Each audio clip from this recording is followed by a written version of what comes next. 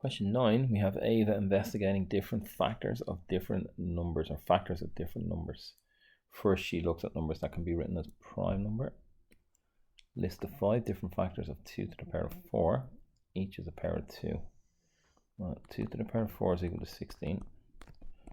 So 1 by 16, we love right now factors. 2 by 8, 4 by 4. So the factors are 1, 2, 4, 8, and 16, which is 2 to the power of 0, 2 to the power of 1, 2 to the power of 2, 2 to the power of 3, and 2 to the power of 4. Nice. How many factors has 3 to the power of 7 got? Well, it's going to have 8, isn't it? It's going to have one more. These are 5 factors, which we were told. When it's to the power of 4, we're going to have 8 factors. Now, if you write 3 to the power of 7 as a number, maybe write the factors out that way. Or we could say the 3 to the power of 7 is 3 by 3. By 3 by 3, that's 4, 5, 6, 7. So all the numbers that are divisible into it are the ones that multiply out here. We have 3, we have 9, we have 27, we have 81, 243. That's going to be 600, 127, 29. And the number itself will be a factor of itself, which is going to be 2187. So you can see here the factors, if we wrote them out, would be 1 by 2187, 3 by 729, 9 by, so I'm going to give it 243. They pair up like this with the 1 here. So 9 by 243, and it will be 27 by 81. So you can see there's the 8 factors. Now 2 to the power of 10 and 3 to the power of 12. How many different factors they have? 2 to the power of 10, it's going to have 11. What are they going to be? 2 to the power of 10 is 1024.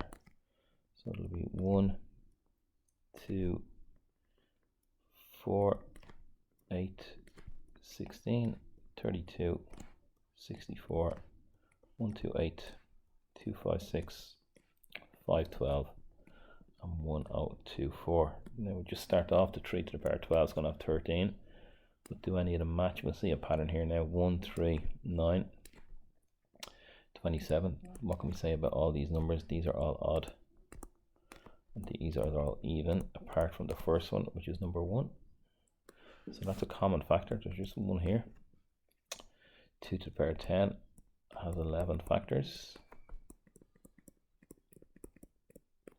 And 3 to the power of 12 has 13 factors. So the product of them is going to be, they both have the 1 factor. So it's going to be the 1 common factor. So if we take, well, there's going to be 10 left here on the even side. There's going to be 12 left on the odd side. So it'll be 10 by 12, which is 120. Different factors. And then we'd have to add the 1, I think. Add the 1, 121 different factors. 121. Ava's looking at the relationship between pairs of factors of a number. She makes a table to show the factors of 12. 1 by 12, 2 by 6, 3 by 4, 4 by 3, 6 by 2, and 12 by 1. And then she plots the 6 points on the coordinate diagram below. 3, 4 is given. 1, 12, 2, 6, 3, 4 is given. 4, 3, 6, 2, and 12, 1. We just join them together, maybe. Start with the curve. And down, down, down, down. So that's plotting the 6 points. So definitely a question here where they're trying to give you marks. It says here that Ava realized the relationship between x and y is equal to 12 over x. So they want you to draw the graph of y is equal to 12 over x in the domain above. So just in case you weren't sure, you'd write that y is equal to 12 over x and double check that these points match up. 112, 26, they do. So we plotted the points, and then we've drawn the graph. So we've got a tangent to a curve, so we need to get the slope to be able to draw it. So if y is equal to 12 over x, that's equal to 12x to the minus 1. So we want the slope of this tangent, so dy dx is equal to minus 1 by 12 minus 12x reduced to the power by 1, which is equal to minus 12 over x squared. So that's the slope of this tangent at any point. If we put in p for x, the slope of the tangent when x is equal to p is going to be minus 12 over p squared. That's the slope. So using our formula for equation of a line, y minus y1 is equal to m times x minus x1. Y minus, my point is p 12 over p. Y minus 12 over p is equal to m, which is minus 12 over p squared, times x minus p itself. So we simplify this down. We're going to get y minus 12 over p is equal to minus 12x over p squared plus 12p over p squared will be just 12 over p. So what format do they want it in? Y equals, so bring the minus 12 over p to the right and we'll get minus 12x over p squared plus 12 over p, over p, plus 12 over p. So y is equal to minus 12x over p squared plus 24 over p. And then you look back up and you say a quick little prayer. You hope it's the same. 12p squared over x minus 12p squared over x. I've just written the 12x on top plus 24 over p. So correct for this one.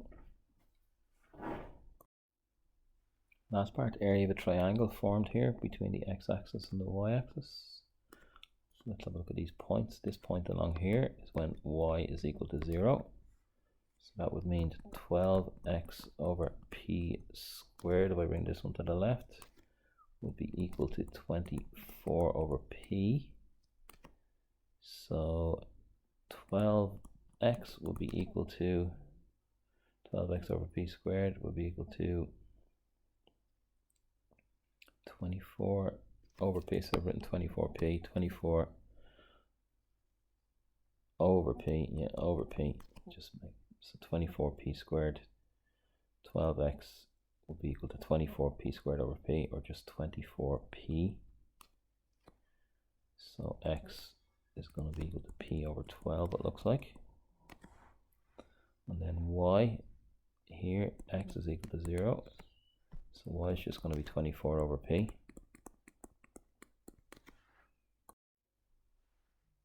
I'll just maybe do this a bit long format, just double check it. So 12x over p squared is equal to 24p. I'll just 12xp is equal to 24p squared. So dividing by p, we just get 12x is equal to 24p. I knew I had it wrong. X is going to be equal to 2p. Just be careful. Just double check your answers. 2p. We're not expected to get it right every time. So half the base by the height. We're asked to find k square units. So let's see, can we use half the base by the height? Half the base, which is 2p, by the height, which is 24 over p, is equal to, the p's cancel, we will get a constant. We're just going to get 24 square units. So that's the value of k. K is a constant and it's a natural number, 24 square units.